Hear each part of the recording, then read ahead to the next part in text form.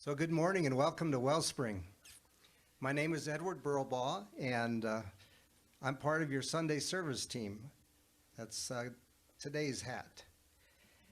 We have first we have a few announcements.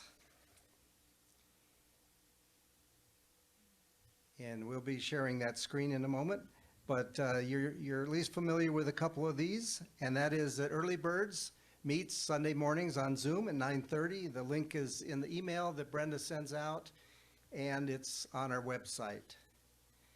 And secondly, we had a board meeting this past Wednesday night, and I want to tell you a few things that transpired there. First of all, we elected Jim Moore as our secretary. Thank you, Jim, for stepping up. That's one of the three positions that's required by the state, by the way. The financial report shows that our finances are doing okay, but our giving has dropped a little since last year. Information. We have continue to have volunteer opportunities, and there's a sheet in the social hall. If you want to sign up, talk to either Judy or one of the board members, and we'll make sure that that can happen. We're looking for 2 or 3 new board members to join us in February. So take a moment and consider what your role in Wellspring Church is or what you want it to be. And we know that if Wellspring is to thrive, then we do need time investments on the part of volunteers to maintain the operation of the church. So please search your heart on that and see if it's in your thought process or in your heart to join the board. Wellspring, we had a meeting this last week, and Wellspring will be joining with the other New Thought churches here in Las Cruces for a Christmas Eve service. It will be similar to what we did last year, and we will meet in the sanctuary, but it will also be Zoomcast, and the other churches will be Zooming. It essentially is going to consist of some music on the part of each church or each community, a reading and a message, and then there will be some general songs and so forth, and we will do a candle lighting at the end of the service. Vicki is coordinating the memorial for Martha, and more information to be forthcoming on that still. Next week, the board is going to be meeting to do a visioning. So, oh, that's all right. So just anyway, we're meeting to do a visioning on behalf of Wellspring, and your spiritual leadership team did a visioning a couple of weeks ago for the same purpose, and we will combine all those. And we're also considering the possibility, and we need to see if we have folks who are interested in participating and doing then after, as a third part of that, to do a visioning of the entire congregation.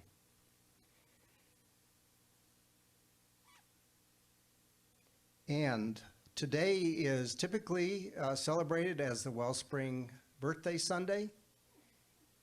By the way, we are 19 years young this year. So, yay for Wellspring, yeah. So now I'm back on track, Brenda. Our upcoming speakers, next Sunday is me again. And I think my topic, if I can remember it, is going to be memory, friend or foe. And then the 28th, we have Peggy Shin, and I'll be speaking on the 5th of December, and Reverend Kamatara will be back in town for the 12th.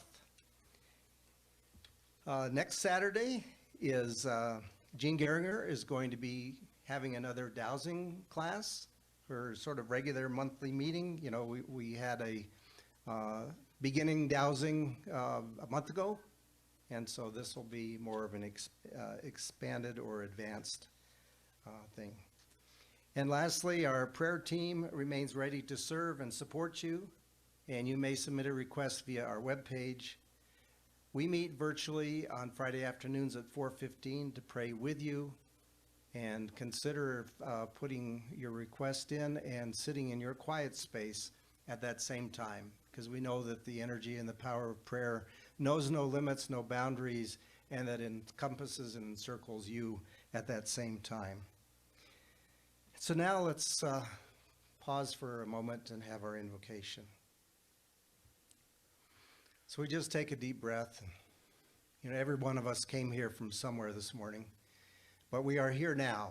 We are here in the presence of the oneness, the all that ever is, the universe plus, the source, spirit, God, whatever you choose to call it.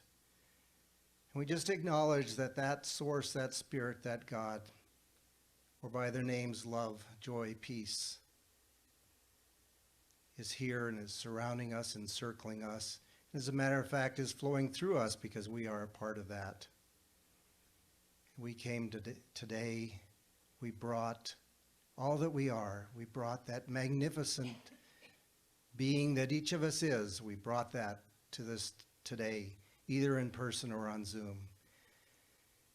And so as we've taken this moment to remember that and to let that just absorb into us, we give great thanks.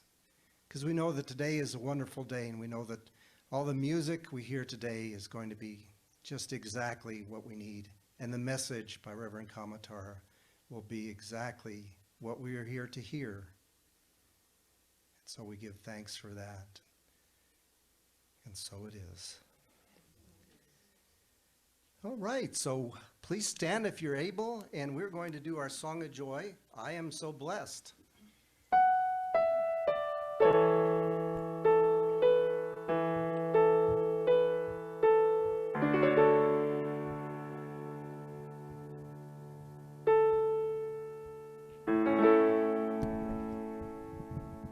Okay, Brenda, we're going to sing this slide twice and the next slide twice. Okay? I am so blessed. I am so blessed. I am so grateful for all that I have. I am so blessed. I am so blessed. I am so grateful. I am so blessed. We are, I am so blessed. I am so blessed. I am so grateful for all that I have. I am so blessed. I am so blessed. I am so grateful. I am so blessed. We are so blessed. We are so blessed. We are so grateful for all that we have. We are so blessed. We are so blessed. We are so grateful. We are so blessed. We are so blessed. We are so blessed.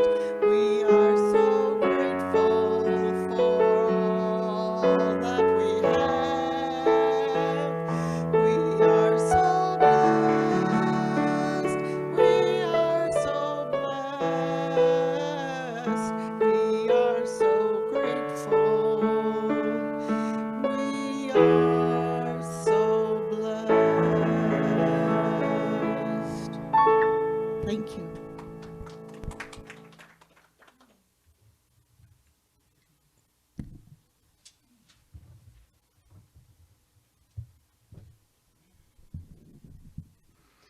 Thank you, Judy. Now you may be seated, and please read with us our vision, mission, and affirmation. We know that our vision is to elevate spiritual consciousness in our world. Our mission, to support individuals' spiritual quests through celebration, study, counsel, loving fellowship, and service. And now our affirmation. I recognize the presence of the one loving source, expressing as me, as you, as this beloved community. We are connected in the one heart, one mind, one love. As I know the best and highest good for myself, I know it for Wellspring too. All is in divine right order. Life is rich and fulfilling. We are blessed to share this sacred adventure together. And now we have the first of at least two music from Doug Adams, who was here last week, by the way. So welcome him back. And Barry Shaw. Oh, very good. A duet. Yes.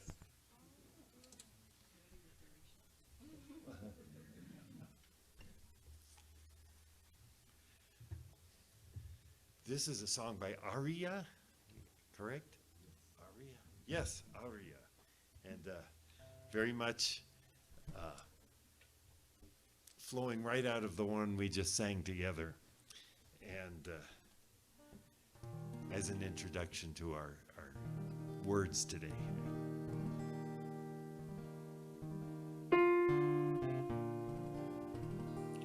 Oh,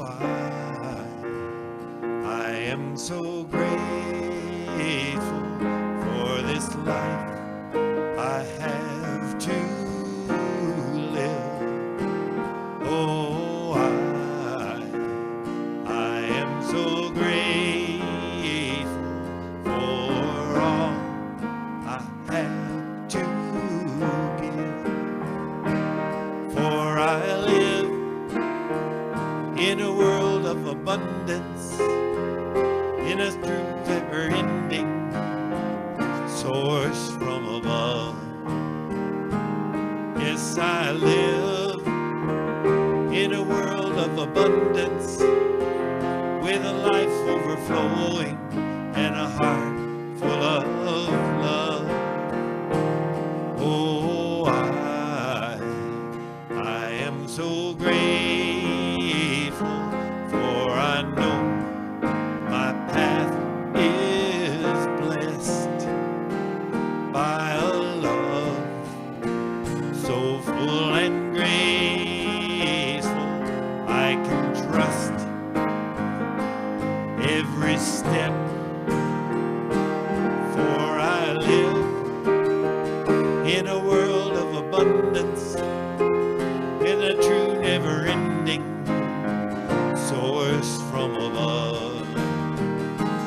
Yes, I live in a world of abundance, with a life overflowing and a heart full of love.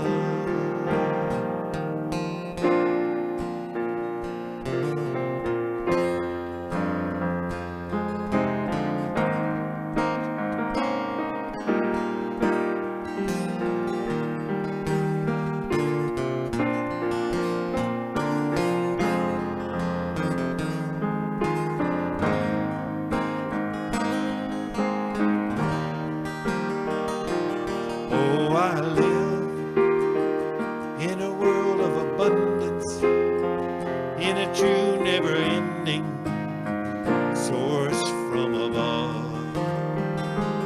Yes, I live in a world of abundance, with a life overflowing and a heart full of love.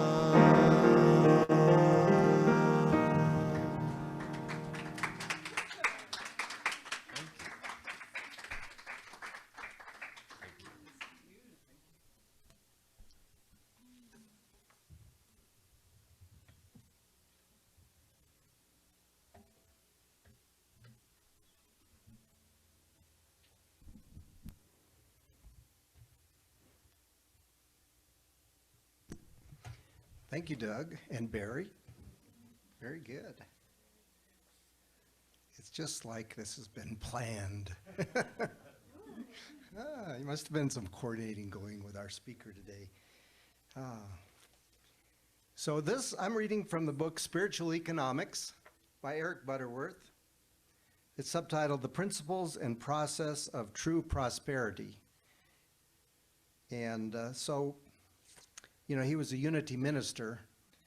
So I'm going directly to a quote of Charles Fillmore rather than Ernest Holmes, but that works. Still part of the New Thought community, started by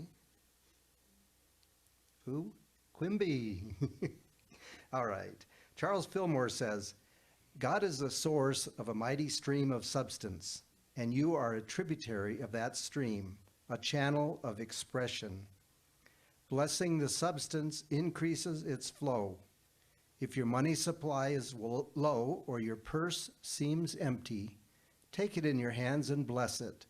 See it filled with living substance ready to become manifest.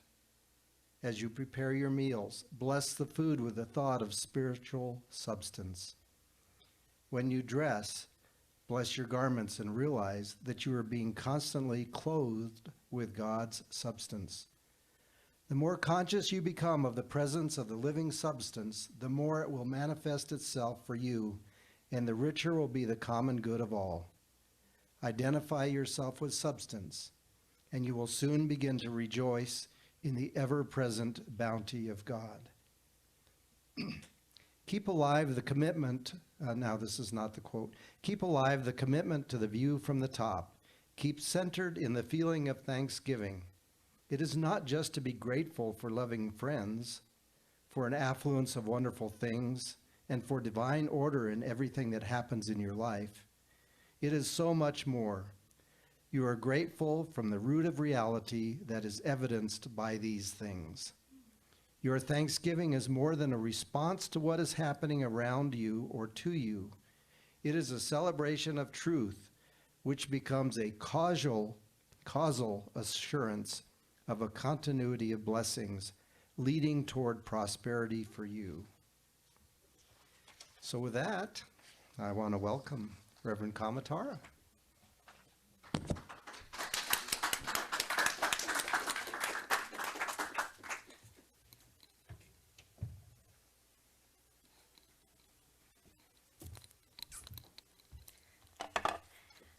Hello, everybody. So good to see you all. Thank you. We're going to get some things out of the way. We're good. All right. Got all our toys situated, right? Oh my goodness. Well, it's good to see you in the flesh and online. I'm loving you with my eyes. Okay. So good to see you all. Very happy to be back. And at first, I thought my talk title for today was going to be called The Great Depression Hangover. But then I thought, that's a little negative. How do I phrase that in the positive? So instead, my talk title is Enough Already. But I want to tell you where the talk title came from because it's very special to me. Because a month ago, when I was here last, I was actually staying with Martha. And we had the best time ever hanging out at her house. It was so lovely that she hosted me.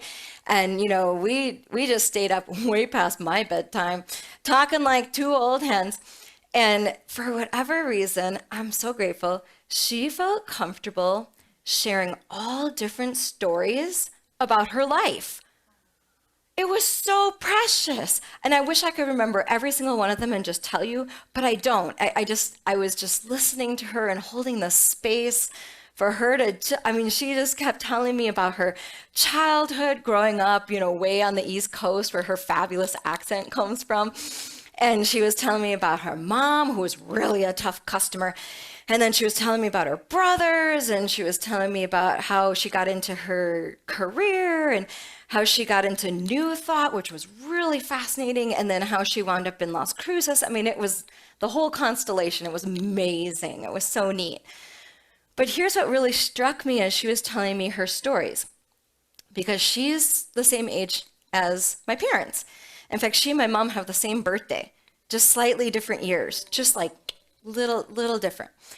But it was interesting listening to her talk about her mother's experience because her mother's age, her mother experienced the Great Depression firsthand, primary source, you know? And so having to grow up for Martha in that kind of poverty consciousness, and understandably so. It was traumatic, it was epic, it was global, but to really grow up with that and then to think, wait a minute, her experiences with her mom sound just like my experiences with some of my parents. And then I'm like, wait a minute, is that the experience that my children had of me? Wow. I mean, I don't know. It just kind of stopped me in my tracks and made me just think, how many generations does this have to go before we can heal this and just kind of stop that Great Depression thinking in its tracks? Like, when can we lay this to rest? Because it's still lingering and lurking, and it's so embedded in every little nook and cranny, and it raises its ugly little head just so. I'm shocked it's still here. So when we get into things like, oh, everything is a problem, just waiting to be solved, or there's never enough. And it's this dog eat dog world, like each man for himself, that rugged individualism, that hyper individualism, really, that's separating people. And, if you have more, then I have less, and all that kind of thinking, it's still really present, which is a little shocking.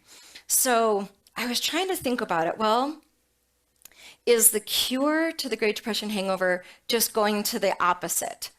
Like, well, if you're poor, you just need to be rich. If you're sad, you just need to be happy. If you're overweight, you just need to be skinny. But obviously I'm being slightly flippant because, that's not going to be the answer, right? So the little Buddhist inside me is saying, wait, flag on the play, 15-yard penalty, back it up. Because when you're swinging to extremes, that just kind of sets off a concern. Like, maybe we should think about this a little more, because what's underneath a pendulum swing? Typically, it's fear or it's lack. Because ironically, if we have a need to be rich, that's still poverty consciousness. Okay, you follow. Good, you're tracking. All right, good job. I'm seeing nodding heads for the people at home. People are nodding their heads. All right, because it comes from a sense of lack. When society says, well, you need to be rich, so there's no chance that you will never experience not enough. It's a totally different place than true prosperity consciousness. Right. So I really want us to think about that word, enough. Okay, but we're going to play a game. Here's my sound effects. It's Family Feud. And I don't want to be Steve Harvey because he is too salty for me. I'll be Andrew Dawson. Okay, I like the old host better.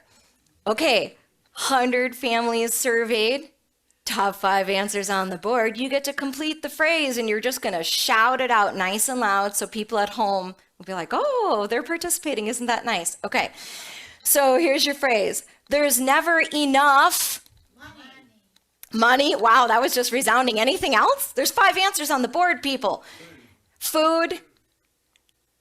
Housing. There's never enough. Peace. Love. Joy. Woo! Okay, yeah, we would need a big board here. So here's, I'm just going to pretend that I surveyed 100 people because I really didn't. But thanks for playing. So here are some answers that come up an awful lot. There's never enough time. There's never enough money. There's never enough space, which would be in the housing category, or, too many people around here. Never enough sleep. And then in my personal book, there's never enough chocolate, specifically dark. It's got to be dark chocolate, I'm just saying. So, but let's go to the other extreme. What do we have too much of? Clutter. What else do we have too much of? Things.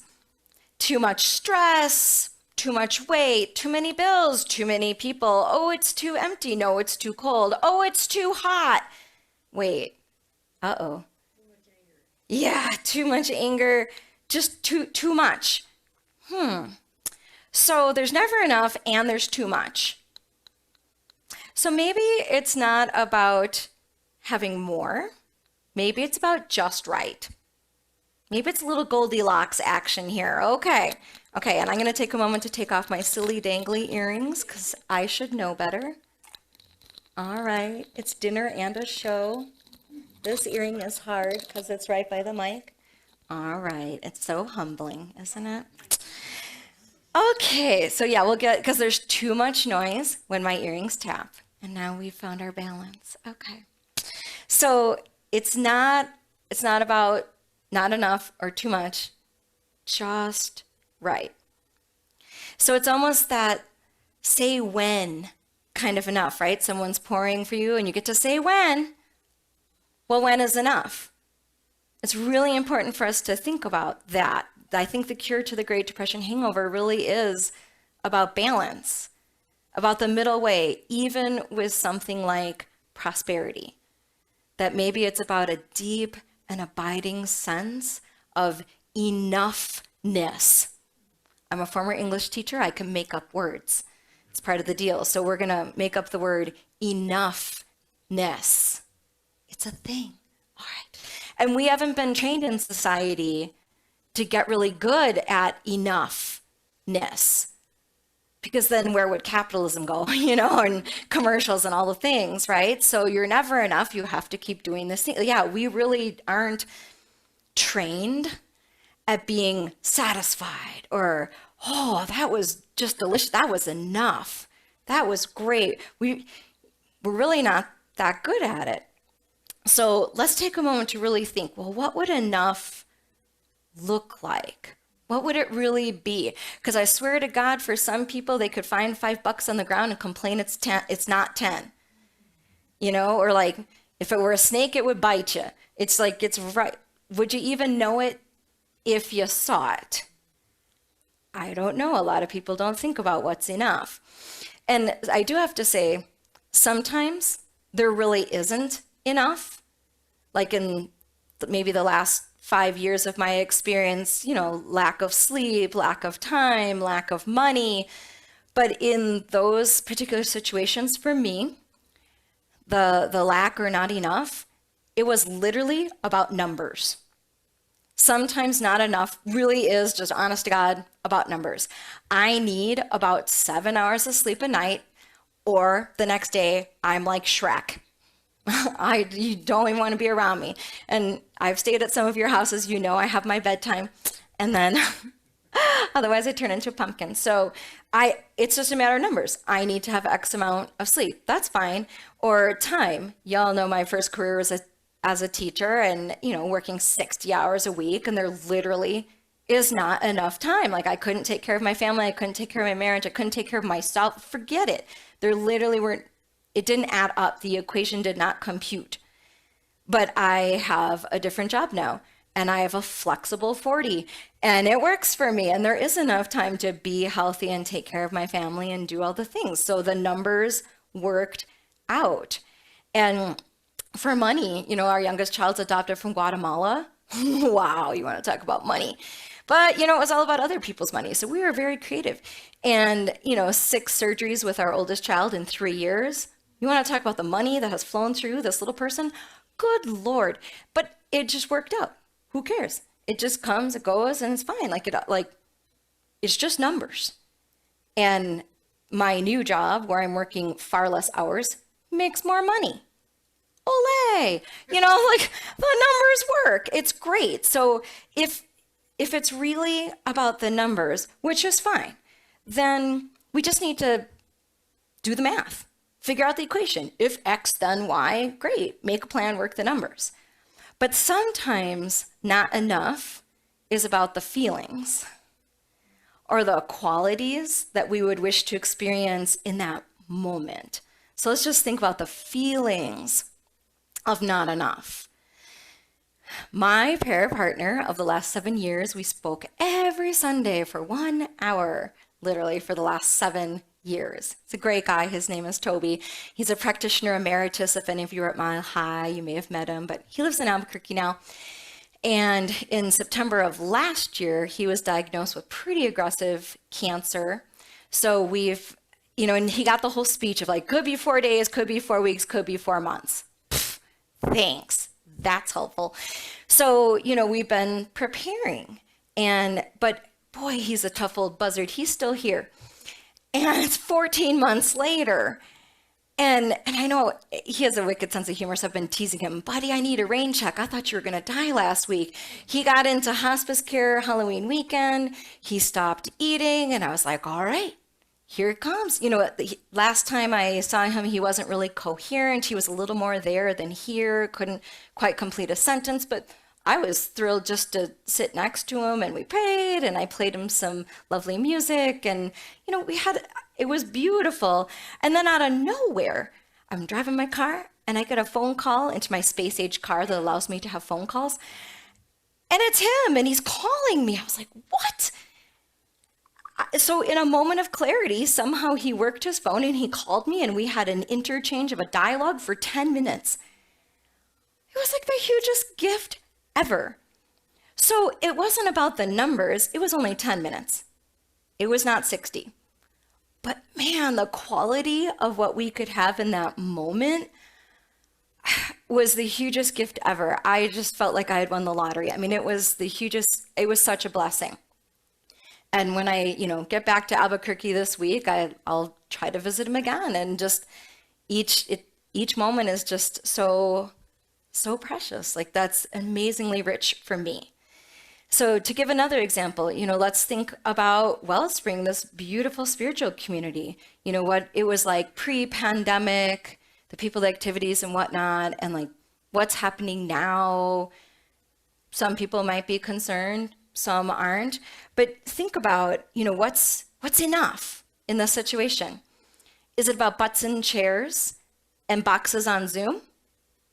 It could be. That's fine. If it's about the numbers, then let's make a plan and make the numbers work. Or is it about the quality of our time together and what we would like to experience with each other? And maybe it's both. It doesn't have to be mutually exclusive, right? We don't live in an either or kind of place. But when I think of this community and how everyone came together around Martha and supported that process, and the people who are helping, and to do all the things that have to be done, and the dog and the house and all the support, it just was so overwhelmingly beautiful to witness that when I just happened to be here that weekend. So it was super formative for me, and beautiful and bountiful and just high quality. So I feel like this place, this journey that we're sharing really is that has a high quality impact on our lives. I'm super grateful. So how about you think of your own example? So think about something in your life right now, just one thing, that doesn't feel like it's really enough. Something that isn't satisfying, it feels like it's lacking. Maybe it could be around health or money or time or friends, maybe a particular situation. Just take a moment to think. All right, so here's the next question. For that thing in your life that doesn't feel like enough, is it about numbers or is it about feelings? And there's no judgment either way. It just is what it is. So, okay, so you got it in your mind. Numbers or feelings? Maybe both. Okay. So if it's numbers, what number would it have to be to feel like, yeah, got it. That's good. That's enough. That's important information, not to be dismissed. So if it's a numbers thing, and maybe, you can't pull that number out right now. You might have to go home and do the math. That's fine. But just put a pin in it. Like, what number would it be for it to be enough? Okay, if it's a feeling, take a moment to think. And maybe this is something to contemplate all week long. But what would it have to feel like to say, oh, that was enough?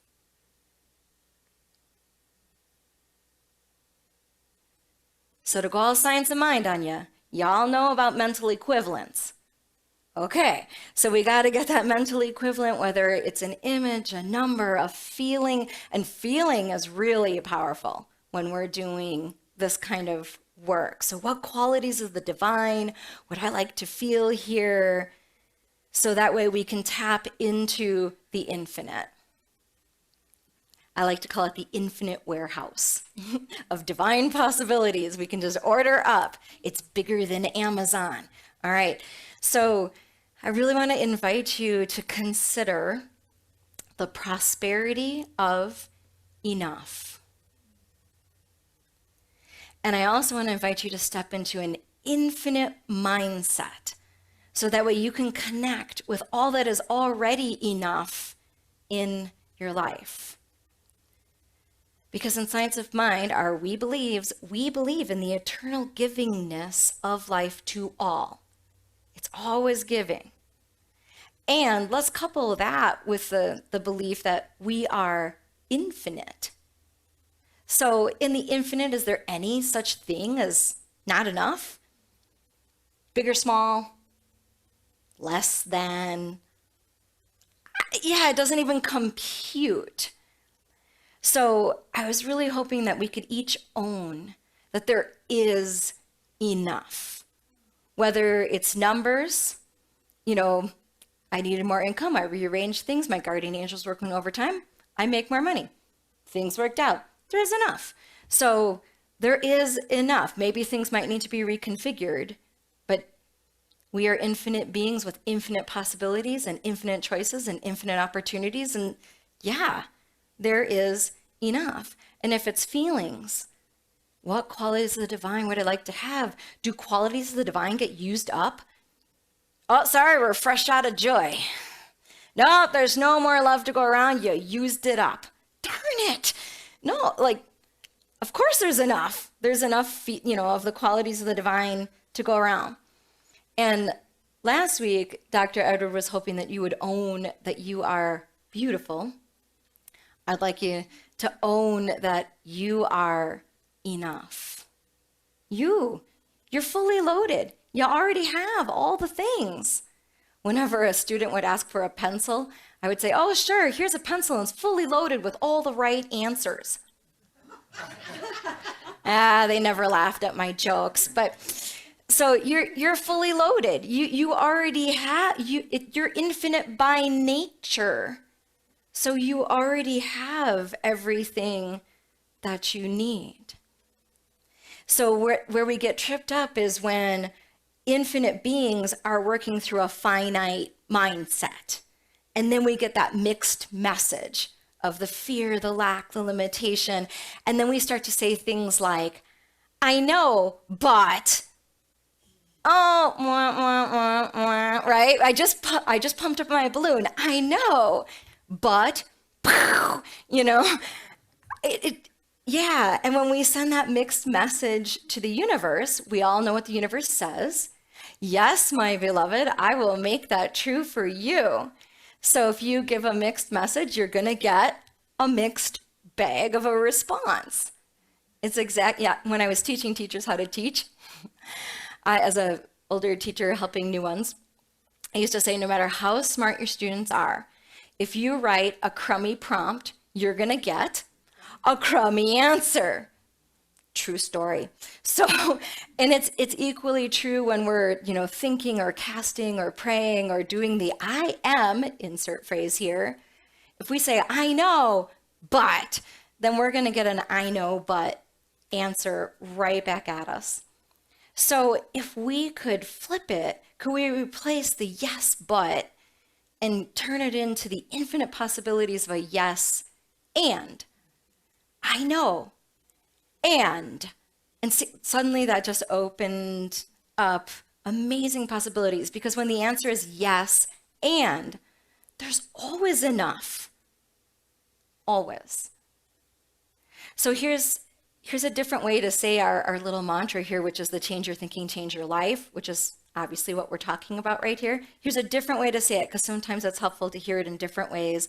This is from Earl Nightingale. He said, whatever we plant in our subconscious mind and nourish with repetition and emotion will one day become our reality. We all know that, but it's good to hear it again. So if we could really get to the prosperity of enoughness, to that satisfaction, that richness of life, that to me feels like the goal. That would be true prosperity. So, the Great Depression was almost 100 years ago. We really are creeping up towards the 100-year mark on that one. It's crazy. Black Friday was my birthday. Oh yeah, October 29th, that's fun. So, but yeah, it's almost 100 years since then. Okay, let's advance 100 years from now. Wouldn't it be cool 100 years from now if people were looking back and said, well, we've got this post-COVID consciousness that put the Great Depression to rest? Because what we're practicing right now is planting those seeds of enoughness, of savoring the richness of this experience of the infinite and each other. I would just love for us to say to the Great Depression hangover, enough already, because I already have enough. Thank you. So, let's take that to prayer.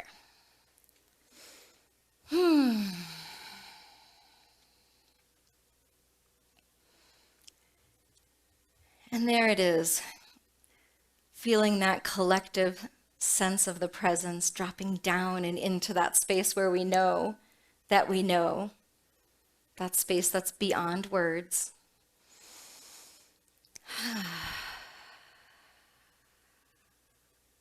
And in this space, it is easy to recognize the presence of the one loving source, of the all that is, this thing that I choose to call God. There's something sacred going on right here, right now.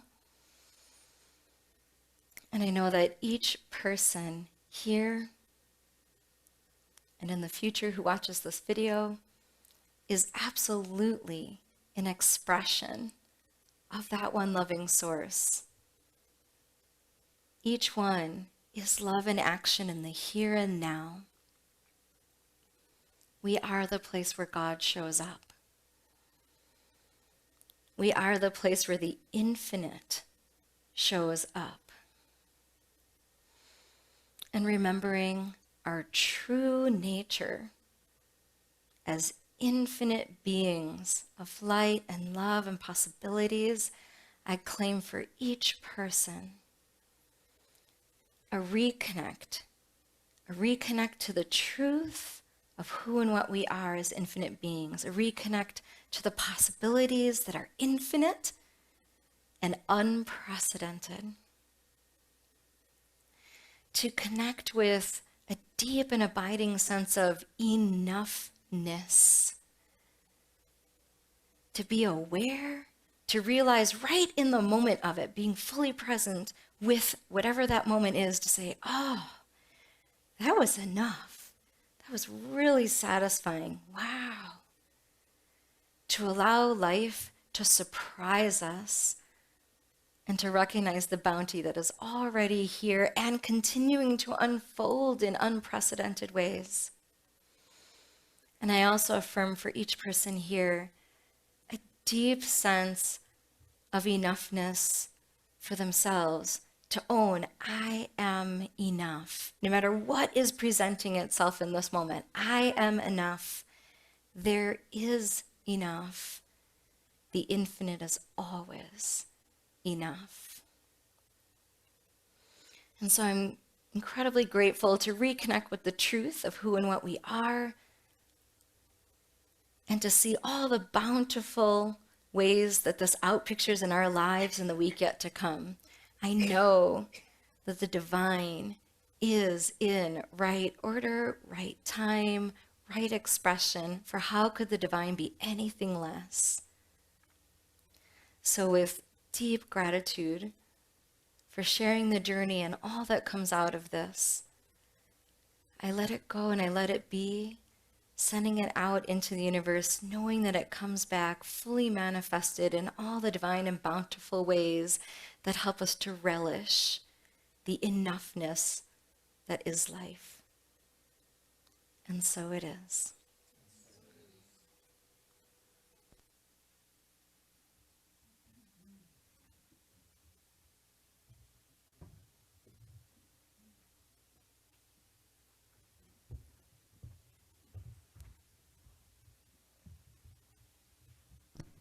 Thank you, Reverend Kamatara. And now we have our second group of special music. It looks like it's a duet again. Fantastic. And I hope you'll sing along with us, if this sounds familiar.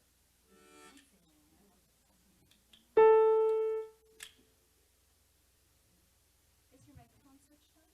I'll switch it on, thank you. I said, I hope you'll sing along with us.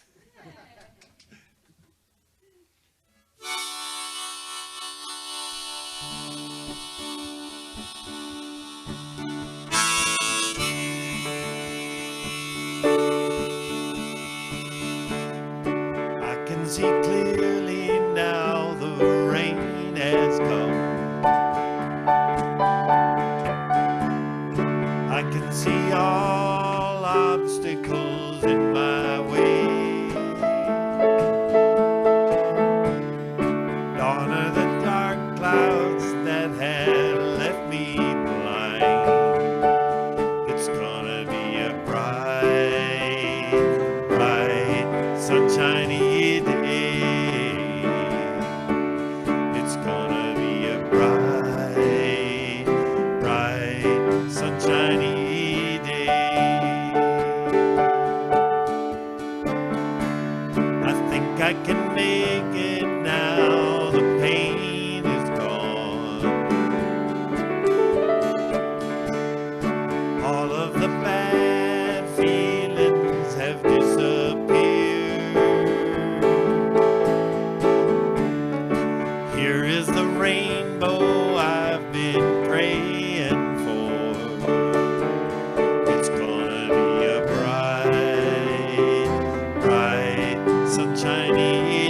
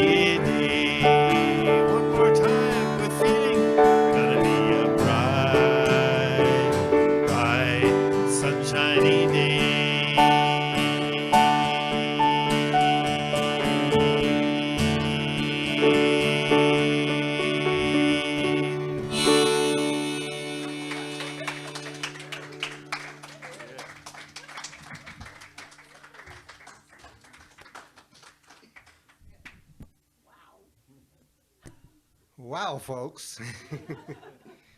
Have you all served up enough love and joy in this congregation today? Fantastic. I want to just point out that we usually have our offering basket in the back of the sanctuary. That's one concession we made to COVID. And so we acknowledge that we receive gifts online as well as in person. And I do miss praying over the gifts. So just imagine that you're holding your gift in your hand today as we give great thanks for the offerings that we've received both online and in person here today. We know that giving and receiving are all part of the one flow. And from this perspective of enoughness, we just give because we support the work that this congregation is doing, the work that this community is doing, not only here, but all throughout Las Cruces and in the world. And there are a number of folks who have contributed today in the production of this service, and we appreciate those folks that have been operating in the background. And we especially appreciate those folks who have been here in the foreground. Barry, thank you for bringing Doug back, and Doug, thank you for the music. And I know there was some coordination done with Reverend Kamatara. Wasn't that a wonderful talk that she gave today? Thank you again. And stay around and visit in the Zoom meeting.